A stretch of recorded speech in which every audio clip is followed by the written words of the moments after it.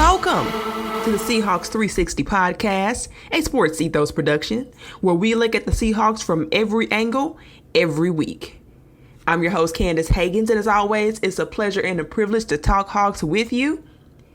Well, guys, the preseason is officially over. So we're done with that. Put it in the books. The Seahawks go down 0-3 in the preseason. They lose their final preseason game to the Cowboys with a final score of 26-27. It came down to the wire. And guys, you know, it really doesn't mean anything that the Seahawks didn't win any of these preseason games. A lot of teams don't take true stock in the preseason game. I don't think Pete Caroll took too much stock in this preseason game. What matters is how the team looked, how the rookies looked. Those are the things that you want to be watching for. Who made a roster spot for themselves.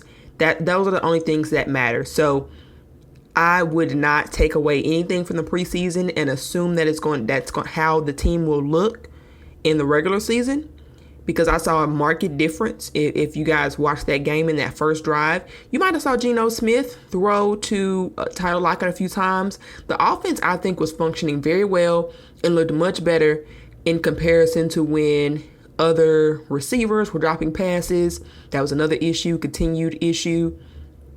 And I don't think a lot of those guys will even make the team, or if they are on the team, they won't be getting significant snaps with the Seattle Seahawks. So just don't panic. I actually was very encouraged by a lot of the things that I saw in the preseason. I will say that the rookies, Tariq and Kobe, Charles Cross, Abe Lucas, the guys who had been standing out far and above everybody else, they looked okay. I don't think anybody had a bad game, but I was pleased more for me with the cohesion of the group, the functionality of the offense from a scheme and general perspective. I think defensively we looked night and day. The team looked together. They looked functional. They were able to tackle. The tackling was significantly better, not just on defense, but on special teams. Jason Myers made all his field goals. And so I think what I saw and what I was encouraged by was a team that looks like it's coming together. Keeping in mind that a lot of the guys who played, especially even on defense, it was even more encouraging for me because those guys, they weren't the starters. They only played two of the potential rotation players on the squad on defense. And I still thought they looked significantly better than they had those first two preseason games. So overall, I think there's a lot to be positive about. But I know that a lot of you listening right now are disappointed, are very upset that Drew Lock was not named the starter. Basically, immediately after the final preseason game, Pete Caroll announced that Geno Smith will be the starter. And I know for a lot of you guys listening right now, you're thinking like, Geno Smith? Really? So what we're going to do today, we're going to talk about why it's not Lock. Why Geno Smith? How did he win this job? Why did he win this job? I know it's a very controversial subject amongst Seahawks Twitter right now. So we're going to get into that. And then we're going to answer some of you guys' questions. So we have a lot to get into today. Let's get into it and talk some Hawks. So first things first, I would be remiss not to mention the controversy that is going on amongst Seahawks Twitter right now. There are a lot of you guys who really feel like Drew Lock was never really given a fair chance, that Pete Caroll had sort of made up his mind about who would start before this competition even really started, and that Drew Lock never really was given an opportunity to show his stuff. Now, I will say I understand why some people feel like that. I understand with the limited reps that Drew Lock got with the ones, it was not always tit for tat. A lot of times Geno Smith got all the starter reps. Drew Lock would often end up with the second string offensive line. He would get reps with the skill positions. I think he would get reps with Noah Fant, with DK Metcalf, Lockett, but in terms of the offensive line, and a lot of times even the defense that he played against, it would be more exclusively against the second string. A lot of people also look at Pete Caroll's persistence that Geno Smith was ahead, Geno Smith was in the lead, and they look at that and just feel like Drew wasn't really given a chance, especially that he wasn't even given an opportunity to start in this third preseason game, which was a surprise, I'll admit, to even me. But despite all of that, guys, I still feel like it was fair. Now, was it equal? Equal in division of responsibilities, equal in work, doesn't to me always mean that it's fair. And you may wonder what I mean by that, right? But here's the thing. I think that things have to be earned. And that's with not just Pete Caroll, but for any football coach. You aren't just often, or you shouldn't often be, just given things because they should be earned. And the reason why I feel like it's fair, despite the fact that he did not get a lot of opportunities with the starting offensive line, despite the fact that he did not always play against the toughest of defenses, the reason I feel it was fair was because he never earned a lot of opportunities to play with the ones. And when he did start, before he tested positive for COVID-19, and right at that point, he was getting starting reps because he had done well in the preseason game. Despite his turnover, he had earned, I think the coaching staff felt between that, his performance in the mock game was very solid. He had earned reps with the starting defense, against the starting defense, and with the starting offensive line. He was given that. He wasn't able to take opportunity or advantage of that because he wasn't feeling well at all that day. And that was unfortunate for him. That was a tough break. I'm just going to admit that was bad luck for him. But to me, it was about more than just that. You want a guy to earn those reps. For example, look at Abraham Lucas. People hoped he might be the starter, but it wasn't given to him. He did not come in and automatically was just given the spot. Now, Charles Cross is a little different because we literally didn't have another left tackle on the roster, but Abe Lucas had to compete to get his spots. He was with the twos. He played so well with the twos, so consistently with the twos, earned the trust with the twos, that he was given opportunity with the ones. And I feel like had Drew Lock followed that same path, he would have seen the same results. It's simple. You're new here. Come in, earn it. Earn the locker room, earn the first team reps. You get what you deserve, essentially.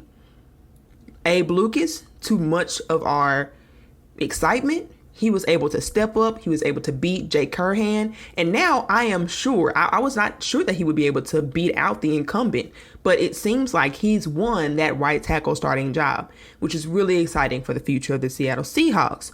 But it was earned. Tariq Woolen, when he came in, he did not get reps with the ones. He got reps with the twos, with the threes. And guess what? He made play after play after play. He showed consistency after consistency after consistency. And yes, there were flaws. Yes, there were mess ups, both in the case of Abraham Lucas and in the case of Tariq Woolen. There were mess ups. Tariq Woolen played pretty bad in his first preseason game, but it's how he responded to that. Drew Lock had the same opportunities to respond to his turnover against the Steelers, to how he ended the game, to bounce back and respond to that and play well and show consistency and show progress and show that that was just a mistake and it was isolated and that he could build upon that mistake and be better because of it. And he was not able to do that. He simply was not able to do that. And because he was not able to do that, because he was not able to take opportunity and really grab it, he's not the starter. Just from a general sense. To me, I don't feel like Geno starting was just because Geno is starting or just because coach decided in the beginning of the preseason. Yes, I do think that Pete Caroll had a propensity to lean Geno. But I also think Pete Caroll was open-minded to the fact that Locke could really take this. And that's all you need. You don't need the coaches to favor you in order to be taking advantage of opportunities. The coaches didn't favor Tariq Woolen. The coaches didn't favor Abraham Lucas. They favored Jake Curhan. Sidney Jones, Artie Burns. That's who they favored. But guess what? The others showed enough they showed that they were worth stepping up. They caught the attention of the coaches. They earned the trust of the coaches. And now they're in a position. I don't know about Tariq Woolen. I don't know if he'll start. I actually doubt he will start. But he is so much closer. He'll get consistent rotational reps. Pete Caroll has said that in press conference. We'll see him. And that wasn't originally going to be the case, I don't feel. I think they saw him as a project. And while he probably would have made the 53-man roster, I don't think we would have saw him much, if any, this upcoming year if it not been for the strong and most importantly consistent play from Woolen this year. So that's my spiel. That's my soapbox. I know everybody's not going to agree. I understand why everybody's not going to agree. Like I said, if you look at it from a situational surface level, I understand the argument that's there.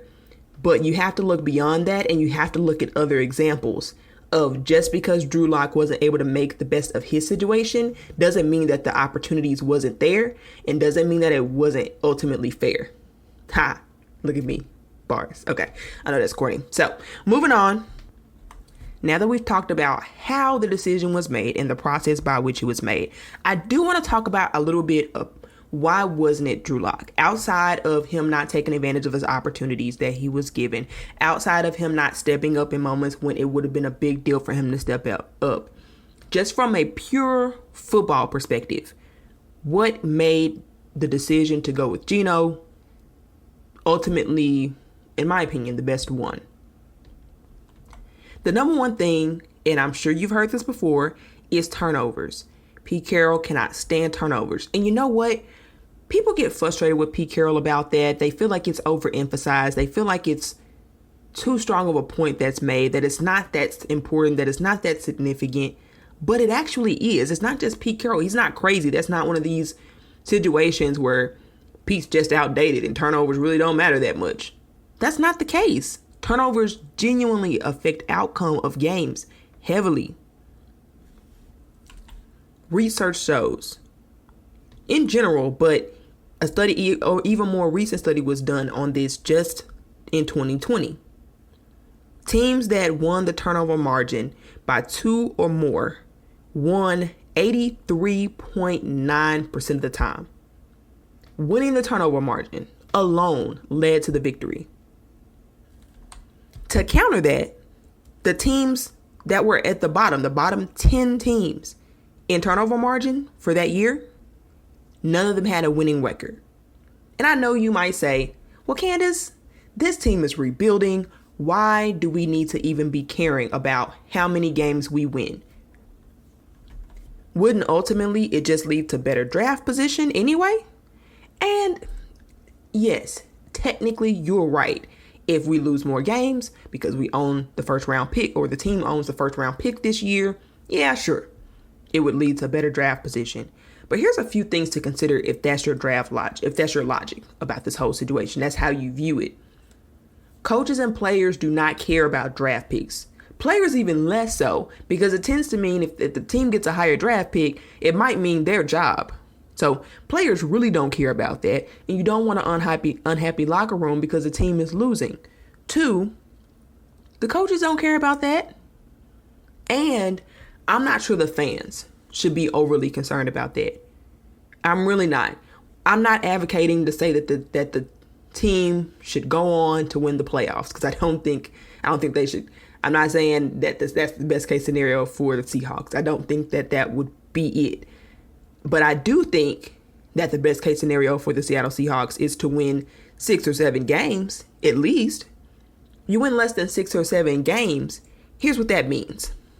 1, if you can't even get the 6 or 7 wins, it's a lot more than just the quarterback. That means you're significantly further away from being in contention in the next 2 to 3 years. A lot of the Seattle Seahawks fan base, a lot of you guys want in the next year or two for the Seattle Seahawks to be back in contention, back in the playoff hunt. For that to be a realistic possibility. Okay? Well, if this team wins less than 6 or 7 games, it's not just the quarterback. Or maybe it is just the quarterback being so bad and it brings down the talent on the rest of the team. Then you got to spend extra time trying to redevelop players because they've just been in a bad situation. That's not good. Look at the Jaguars. Look at Trevor Lawrence. He's not better off for being in a bad team. He's still got to now try to develop those skills he should have gotten the year before. Had he been in a better situation, he probably would have gotten. Had the team not been so filled with a losing culture and drama. And while there won't be as much drama on the Seattle Seahawks team as much as there was on the Jaguars, the point is still valid, right? It's not helpful. It's not a healthy environment, especially for young players, for young impressionable players. This is a young roster with young players, and they need to understand what a competitive culture looks like. Maybe not winning yet, right? Maybe the first year isn't a winning culture, quote unquote, but it at least needs to be competitive. It can't be a tanking culture. That's not good for Tariq Woolen. That's not good for Ken Walker III. It's just not. It's not going to help them. It's going to hinder their development because, one, they won't even get the opportunities, the reps. If the ball if Drew Lock never changed his problem, like let's say Lock was out there, he never fixed the problem with interceptions. He throws 2-3 a game. Okay, when you're giving over the ball so much, that's lost opportunities on offense for D. Eskridge, for Ken Walker III. How does that help them? You need somebody at least competent enough to get the ball to the receivers that are not on the other team. That's important. Pete Carroll's not being crazy because of that. That's a legitimate concern. Can you get DK and Lock at the ball enough to be productive? Sure, we know he can make big plays, but can you get them to touchdowns? Can the chains be moved? Those are valid questions. And that some could argue that Lock could do that. He can, but with Lock giveth, Lock taketh away. And if you didn't believe me before now, you've seen it for yourself in this previous preseason game where he had 3 interceptions. Now, one of them was not his fault, but it's still 3 interceptions. And that's not sustainable. Not if you want to have a competitive culture in the locker room. Now, from a football field perspective, why not Lock? Here are some things I noticed in the preseason game. I talked about the interceptions just now. Some could argue there was really one bad one. One that was solely on him, right? And so most people would point to that and say those are the only things he did wrong. Other than that, he played well. I would disagree. If you break down the film, there were a few things that played into play, not just the interceptions. One, at least in that game, Lock had a bad habit of getting the ball out late. Several of those incompletions, several of those almost interceptions, because a lot of people like to gloss over that. There were a lot of opportunities where the ball should have been picked and just the defensive player just dropped it. It was a very likely pick. And so, yeah, in some ways his stats should have been worse. It also should have been better because he had issue with wide receivers dropping his ball, like the balls that he would throw as well. So it could have been better, but it also could have been worse in a lot of ways. But that was a real problem. Him getting the ball out late, that led to, like I said, incompletions. It led to almost interceptions, and he got lucky a couple of times. So it wasn't just that. It wasn't just good play and then the picks. And I know a lot of people who are anti-Geno get mad at Geno for holding on to the ball too long. Okay, well, Drew Lock did that much more consistently than Geno did. Has ever done that. It was repeatedly just, this is a quick game throw and just pat the ball, hold on to it late, or to put the receiver in harm's way. That play with Freddie Swain, sure, he could have caught that, but honestly, ball gets out just a little bit earlier. He puts it just a little bit in front of him, leads him a little bit. That play is completely different. He could have, honestly, it was kind of a good thing that it was a high pass because the way it was thrown, because with the timing with which it was thrown, had it actually been thrown accurately, he would have gotten hammered by the safety coming down the line. The fact that he had to stop to grab the high pass and attempt to get that was actually helpful. but it wasn't easy, but the timing of it was off to begin with. It was actually a good play, but the timing was off. Now, I still feel like Freddie Swain should catch that, and that's not the first time I felt that way about a Freddie Swain pass. But it's, again, the timing of Drew Lock. Then I feel like he has trouble processing the game, going through his progressions, going through his reads. Sometimes it seems like he's already determined where he's going to throw the ball before he throws it. That bad interception that nobody can really understand why he got intercepted or what he was seeing. My thought, he'd already determined that he was going to throw that ball before he saw the reads. He just threw it. And despite the fact that there was a whole cornerback standing right in front of the receiver, he just threw it because he'd already made the decision before the snap. And that's dangerous. And that's not good quarterback play. And it makes it hard to function with the Shane Waldron offense in that system. It's very important to read what the defense gives. There are option routes and all these other things, choice routes that the receivers run, because it's in a system. It's aimed to take advantage of the defensive weaknesses. And if the quarterback's not going to be able to process and evaluate that appropriately, then no, it's not a competent starter. No matter how flashy the plays, no matter how flashy the touchdowns. And it is flashy. The guy's got an arm. He does. But his mental aspect of the game is significantly below where it needs to be in order to be able to effectively run this offense. That's the reality. Other things that prevented him on the field, staring down receivers. Saw him doing that a couple of times. Go back and watch the tape. He would stare them down. And people get on Geno about that, but when it's locked, nobody's talking about it. I'm just saying. I'm just throwing it out there. And then finally, my issue, and I'm sure it was an issue with Pete Caroll as well, just too many jump balls. A lot of throw it up and let your guy catch it. And sometimes you want that, especially if you're playing with a DK Metcalf. If it's DK Metcalf, that's your targeted receiver.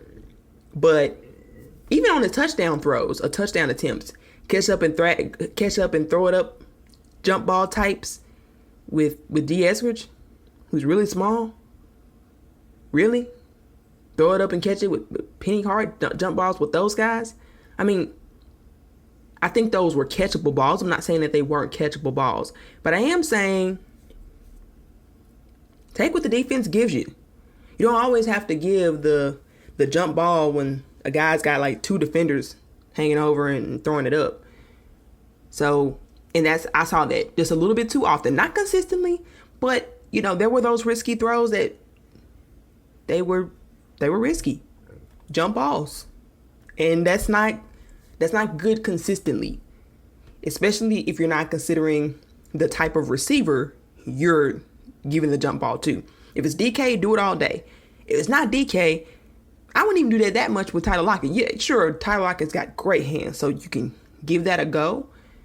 But you just got to have that understanding of take what the defense gives, not throwing a jump ball and 50-50 shot.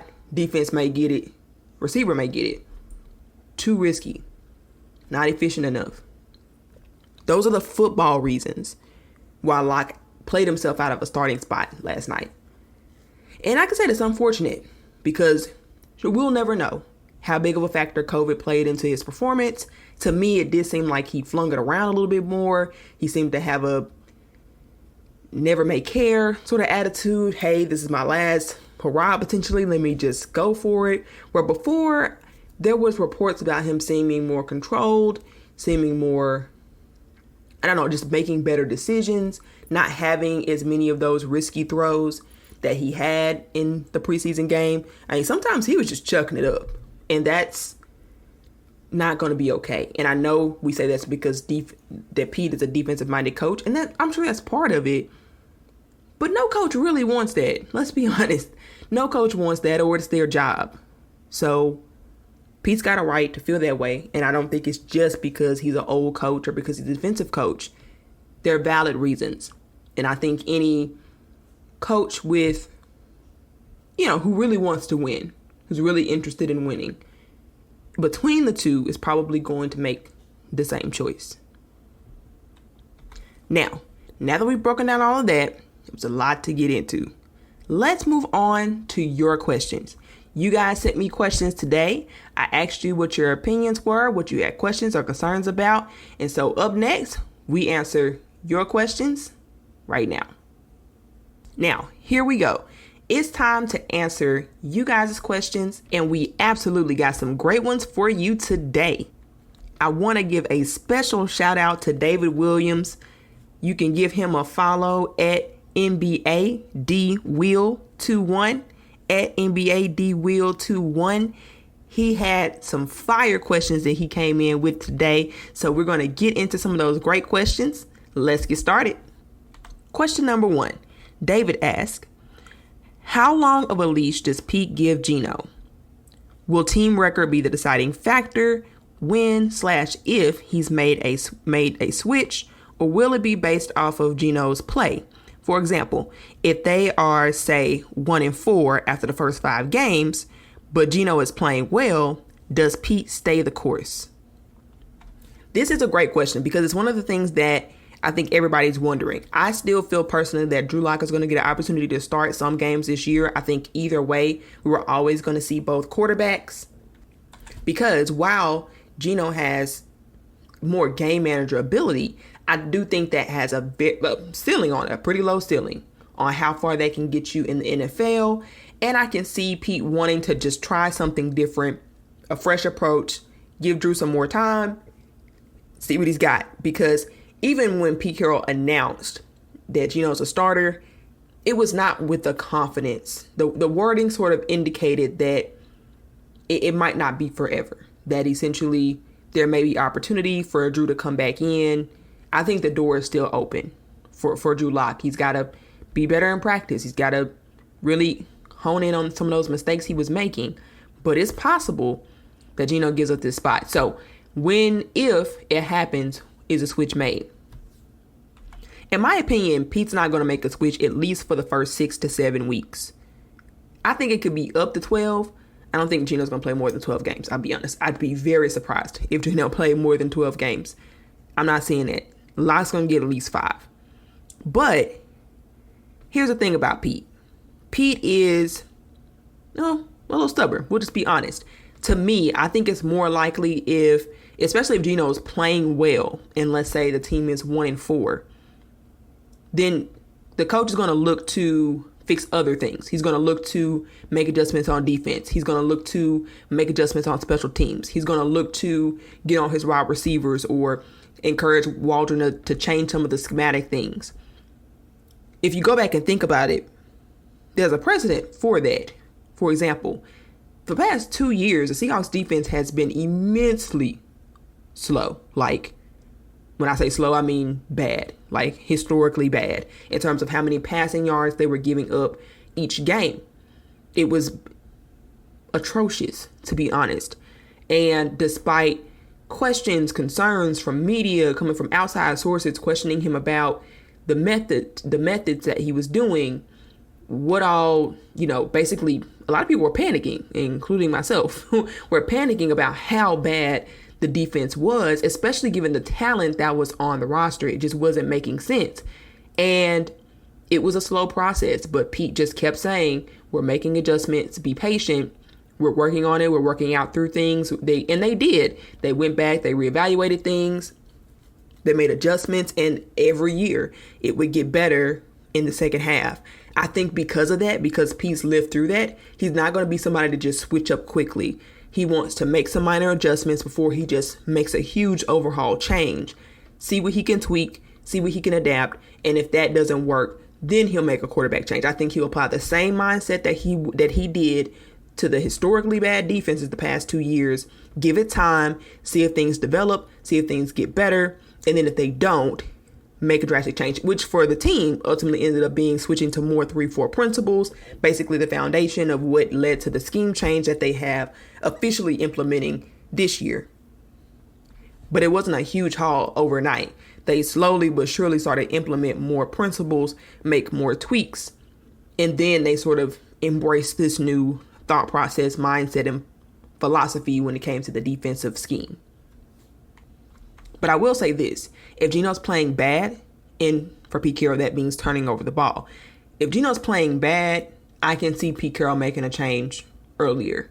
Now, if Geno's not playing well, if he's turning the ball over, then I think if you're going to deal with, and I think Pete Caroll will feel the same way, if you got turnover machines on either end, then you really would rather Drew Lock, because he's got the upside of being able to get points, or make it back up, redeem it quicker between the two. Now, Pete would be probably somewhere crazy up a wall if that were the case. And I don't anticipate that Geno would get too turnover crazy. He seemed to work that out of his game. But that's the only way I can see Geno not getting at least a full 6 weeks to, run the offense and get comfortable. After that, we'll see. Question number 2 reads, in regards to the running back situation, early is likely that Penny will be the workhorse since Walker is out with the injury. But what do you think the split will look like when they're both healthy? Now, first, I want to address the first part of the question. I'm actually not under the assumption that Penny will be the workhorse, quote unquote, in those first few weeks. I actually think it's more likely he'll be the primary and he'll be the starter for sure. But just with the performances that Travis Homer and DJ Dallas have put on, especially in the preseason. But honestly, I think any Seahawks fan can say that they've seen a gradual progression and increase in their abilities and their skill sets. I think they've just gotten better over the years. So I think that the Seahawks will also lean on their in my opinion, pretty deep running back room. Like I said, Rashad Penny will be the primary, but I just don't see him being the workhorse, the every down guy, especially because of his injury history. That's the main thing. Now, if Penny wasn't as injury prone, I think that probably would be the case. But Pete Caroll has shown in the past when he values a running back and he feels like that running back can take the team far, he'll sort of play conservative when it comes to that. For example, in 2019, Chris Carson rushed for over 1,200 yards. It was a great year, but he got injured maybe 2 weeks before the season ended, right when they basically needed him in the playoffs. Every other running back got hurt, and they ended up having to pull Marshawn Lynch basically off of the street because all their running back depth went to hell, essentially. And so in 2020, what they did to kind of preserve Chris Carson was I had already had Rashad Penny, of course. It was Chris Carson, Rashad Penny, and they picked up Carlos Hyde, who had come off of a 1,000-yard season in 2019 as well. And they felt like that would help ease the workload on Chris Carson, where it wouldn't be so much on him, because they really, before the season started, considered themselves to have a 3-headed monster with Rashad Penny, Chris Carson, and Carlos Hyde. Now, of course, Rashad Penny got hurt. He only played in 3 games. So the workload ended up being potentially divided up, or essentially divided up between Chris Carson and Carlos Hyde. If you go back and look at the stats for that year in 2020, Chris Carson had 121 touches and he had 46 targets for receptions. Well, Carlos Hyde had 81 rushes and he'd had 20 targets for receptions. And so he basically got a large chunk. I mean, it wasn't even. Carson was still the primary, but they leaned heavily on Carlos Hyde to sort of work and sort of take that workload off of him. In fact, if you go back even more specifically and look at weeks 1 through 6, it was even more divided, because the fan base, I remember, I was kind of wondering about it. The fan base was complaining about it. They really seemed tentative about playing him too much. Carson, 6 weeks into the season, had 65 rushes. Carlos Hyde had 60.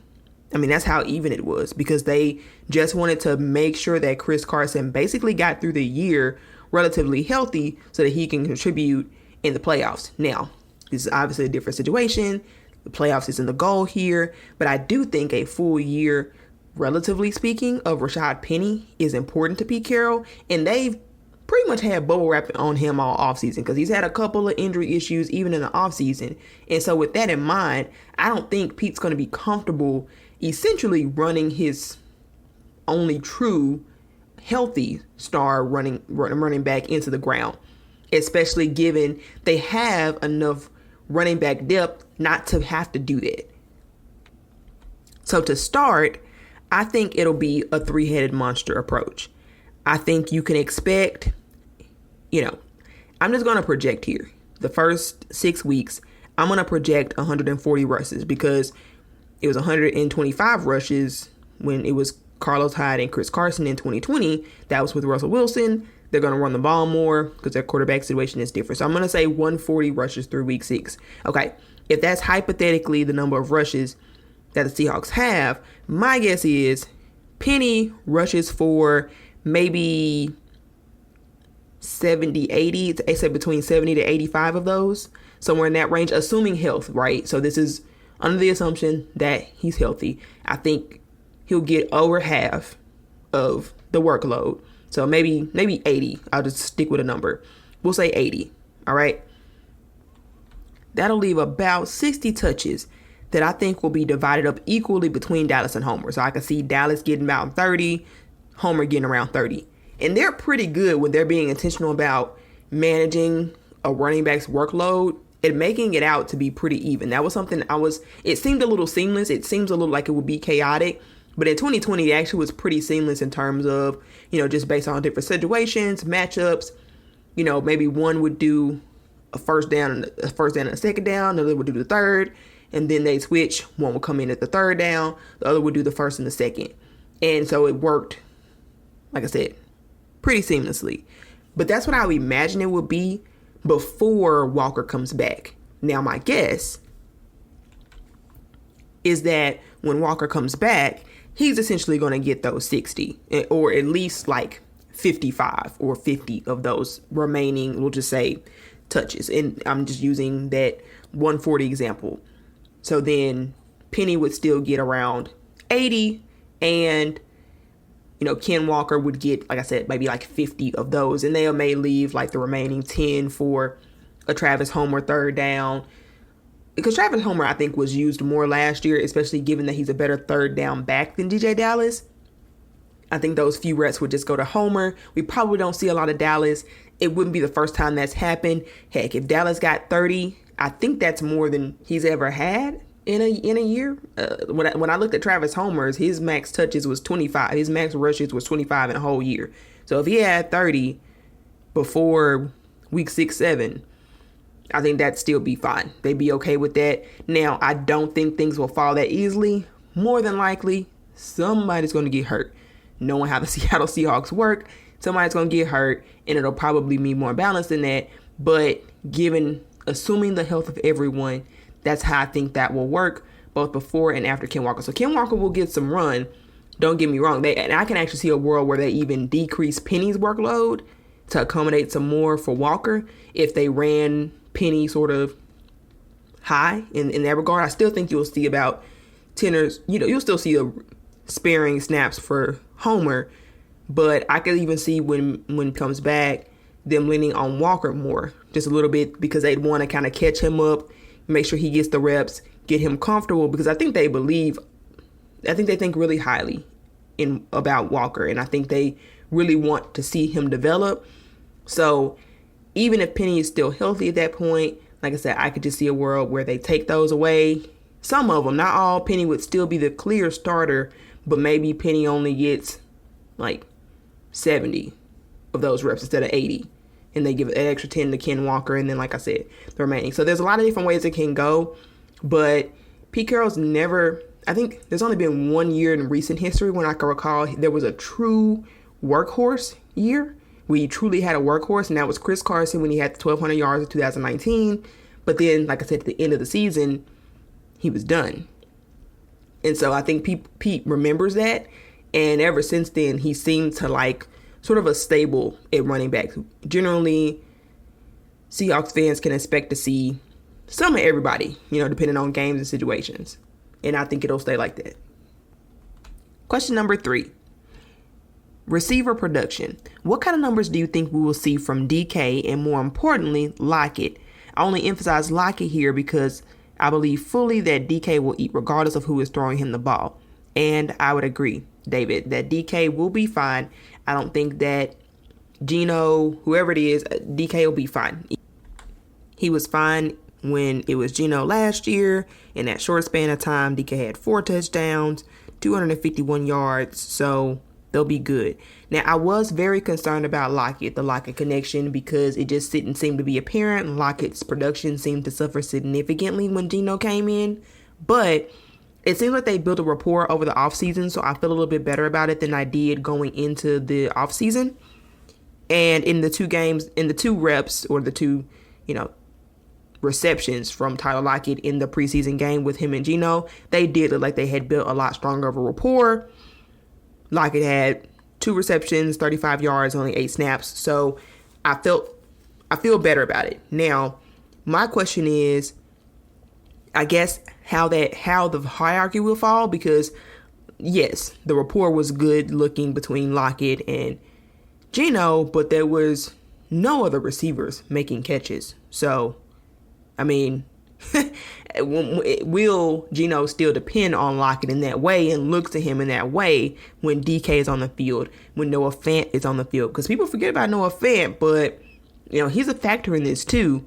And so I did have to think about a fair breakdown. So I'm going to do this by percentages because it's hard to give numbers or projected numbers. I have no idea how much Geno's going to throw, his attempts, his targets, how many yards he's going to get average per game. I would need to see a game or 2 before I could really give number projections. I don't even know what the offense will look like. I haven't seen him with both DK and Lockett this year with a full year of offense. It could just be so different. And one thing that I think may be different is Geno seems, at least in the preseason, and it could be different in the regular season, but in the preseason, he seemed a little bit more willing to take the deep shot than he did any point in those 3 games he played last year. It seems like it's an area of his game that he tried to work on, and he seems to have learned how to balance it better. So that's also a whole X factor that I don't know. Now, Geno's never going to throw for, I don't think he's going to have 250, 270 yards. I just can't see that. But he averaged 175. Does he go more 200? Does he average 200 this time? That will make a difference too in projections. So I'm going to give percentages for you, David. That's what I'm going to do. So I'm thinking that of the targets that Geno, of the throws that Geno makes, DK will get 40% of the targets. That's my estimate. I think Lock will get around 30% of the targets, somewhere in that range. I'm thinking low 30, maybe 30, 31. And then I got to count for Fant here, and that matters. I think the tight end usage will be important to this offense, and I think Geno will lean on Fant. He seemed to have a propensity to go to Fant a few times, in the preseason too. So I think Fant will get 25% of the targets, and then 4% will be other, guys like D. Eskridge, Marquise Goodwin if he makes the team. And I think one thing that's a factor that will change is when Ken Walker gets to playing. They seemed really to lean on him in the pass game. And he seemed to be pretty explosive in the pass game as well. It seemed to be effective. They used it in the mock game. And I don't think they used it much in that first preseason game. But Ken Walker didn't get a lot of run, I don't think, if I'm recalling that correctly. But I just heard a lot about how explosive in the offseason Ken Walker III looked, and how they didn't know if he'd be good in the passing game because, he didn't do a lot of it in college. Well, he looked great. When in the mock game especially.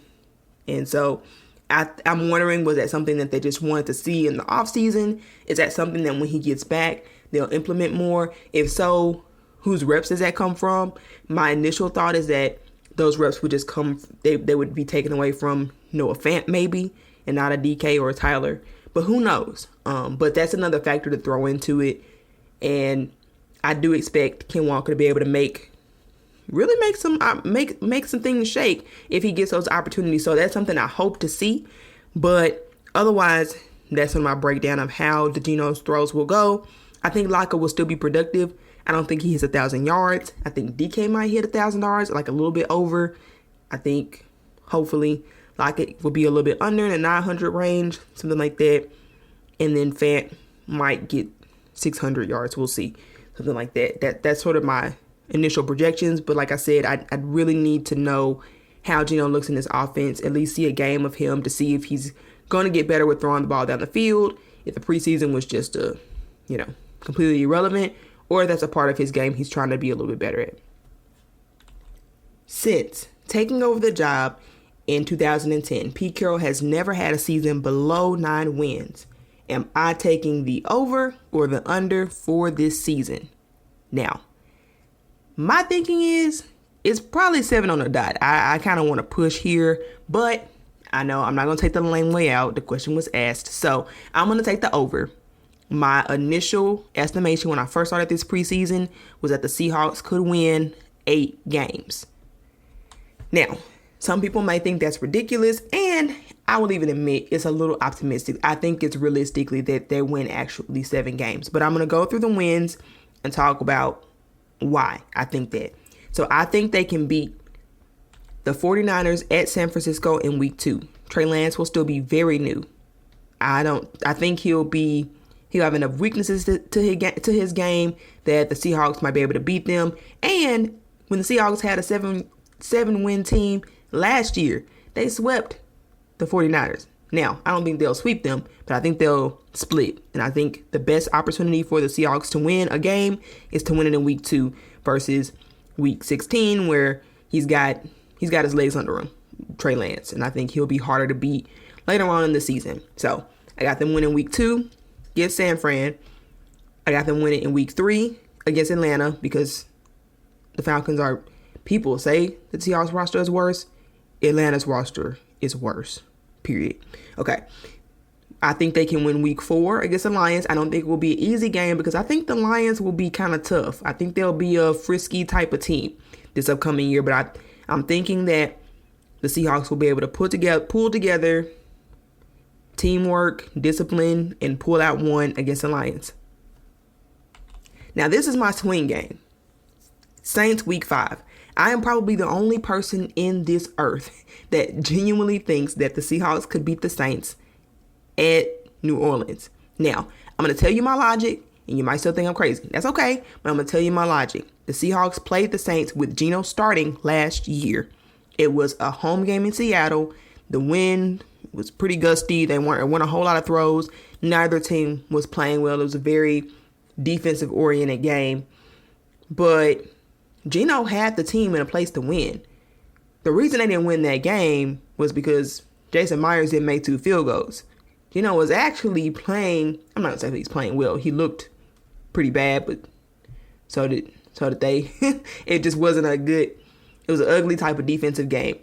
And I think with a year of prep, understanding the ins and outs, Seattle having a better defense, and hopefully Jason Myers making the field goals this year, it's possible for the Seahawks to go down there and beat Jameis Winston in the Saints, because Geno got so close last time and it was just a year ago. I think, like I said, it's a long shot. I know the Saints defense is a great defense, so it's not me saying anything negative about the Saints. I just think that's a possible upset opportunity, and I know it would truly be an upset if it happened. So that's my swing game, because like I said, I really think it's more realistic they win 7, but if they win 8, my guess is it would be that one. All right, I got them winning week 6 against the Cardinals, because DeAndre Hopkins will still be out. That'd be his last week of suspension. He'll come back in week 7, but I think that without D-Hop, to be honest, Marquise Brown, he does not scare me. I don't even know who will be healthy at that point. Their defense doesn't scare me. They lost Chandler Jones. And I think that the Seahawks can split with the Cardinals. It's a divisional game. People will say, oh, no, you're not going to beat the Cardinals. Well, I don't know. I think the Cardinals will be a little weird this year. I'm not as high on the Cardinals as other people might be. And even so, like I said, without D-Hop, Kyler's not looked good. Yes, he'll have some offensive weapon to fall back on, but it's easy enough to double Marquise Brown and take him out of it. And he's known for having some drops. So again, doesn't scare me. Think the Seahawks can take that one. think they can win week 8 against the Giants. They can win week 14 against the Panthers. I think it'll be a tougher game. Like the Lions, Baker Mayfield is good, but he is beatable. And who knows how things are going at that point. In week 14, Panthers might even be just in tank mode altogether. Never know. But there's that. And then I think week 18 against the Jets. So I think they can win that game.